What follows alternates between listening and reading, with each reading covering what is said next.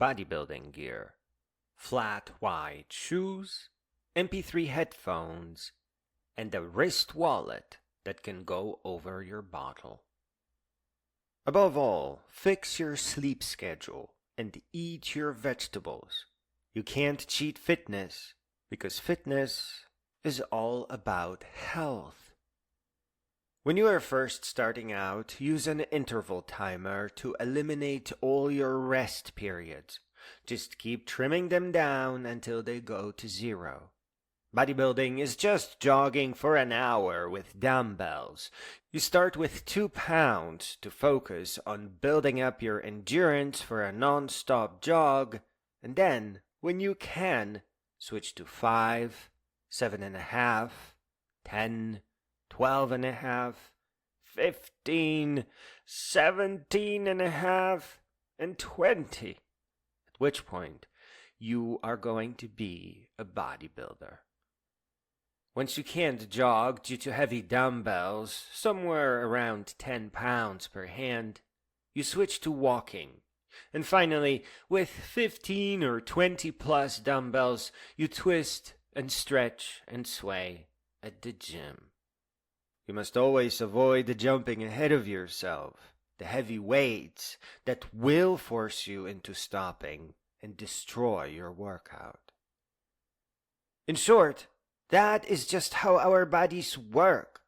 But remember, duration comes before weight. I will leave it up to you to investigate if the myth of sets and reps started with bodybuilders just brainlessly showing off in front of cameras, or trainers forced to ensure a yearly renewal of the membership. There are 2 items that are equally important: shoes and over-the-ear headphones with an MP3 player. Wrong shoes will hurt you, and a crappy music setup will destroy your exercise. But let's start with shoes. I hurt my feet by wearing neat, soft, cheap shoes. The foam-like sole that they had was just too high. You might have heard of pump bump. If you shuffle your feet for long enough, even with a sole that seems reasonable at an inch or inch-and-a-half, you will get badly hurt. Soft foam may actually contribute to the damage because your foot is not as stable as in that rubber basketball shoe. It all heals eventually, but the shoes you do need are just flat. They are just the kind of shoe that does nothing for you, so that your foot can work the way it evolved to work.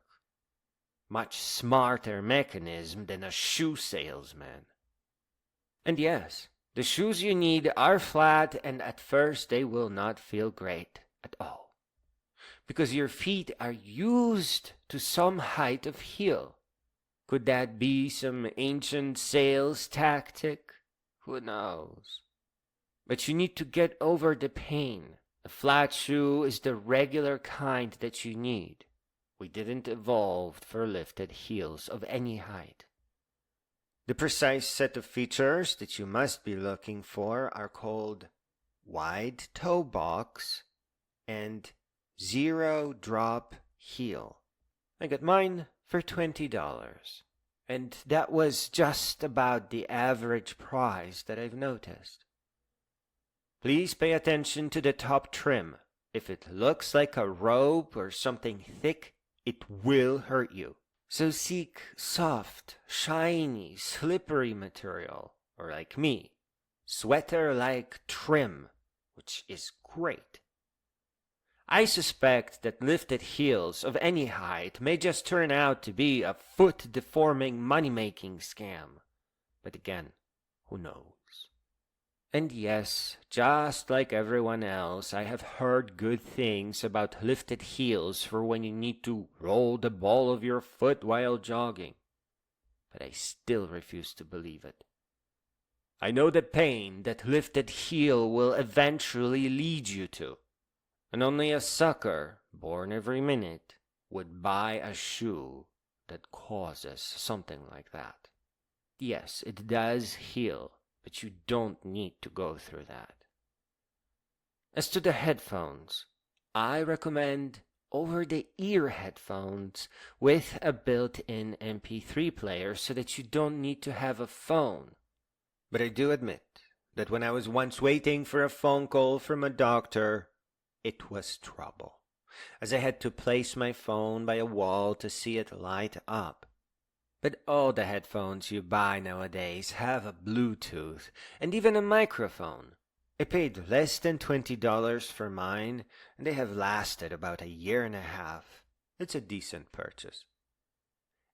In-ear headphones are iffy, and my doctor also said the same thing, because you are putting something in a place that can get an infection.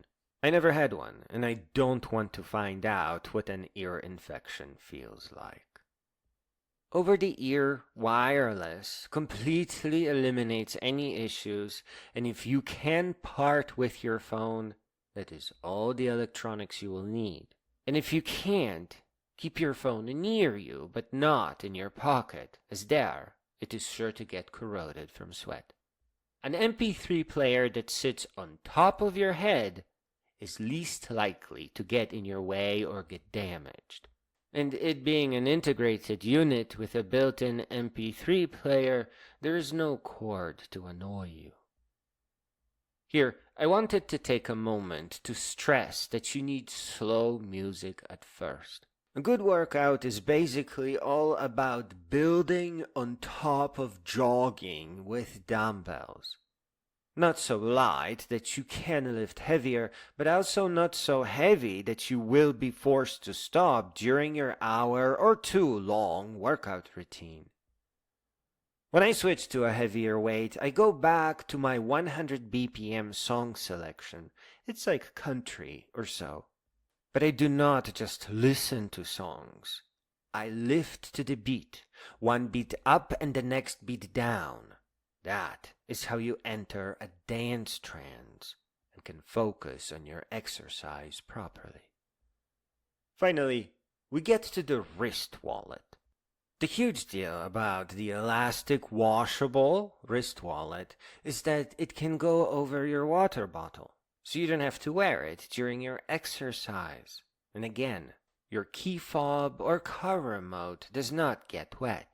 As a bonus, and especially if you have small wrists, you can get a pack of 3 for as little as $6. Mine cost 10 because I want spandex-like material that won't give me much trouble. And it has both a zipper pocket for my emergency sugary drink mix and chapstick, and a pocket for my car key that can also fit a tiny mouthwash bottle. In summary, something is up with shoes. Please choose the ones that get out of your way, as flat and as wide as you can. Everything gets wet during a workout, but puffy over-the-ear headphones don't get wet as much, and many come with a convenient MP3 player. And you will need a wallet for your membership card and car key. Get a cheap, lightweight wrist wallet that can also go over your water bottle so that you don't have to wear it during your exercise. Afterward, here I wanted to mention a neck fan, especially ones with wires that you can pose. I have been wrapping one around my water bottle that I placed right in front of myself. And you know what? If you don't have a fan at your gym, this will work, especially on hot summer days. Try to find one that has extended battery life and high RPMs. If it doesn't work for you, you can always return it, but it gets the air moving. It does cool you off. You can also move the water bottle behind you so that the air blows on your back. It's not a bad setup.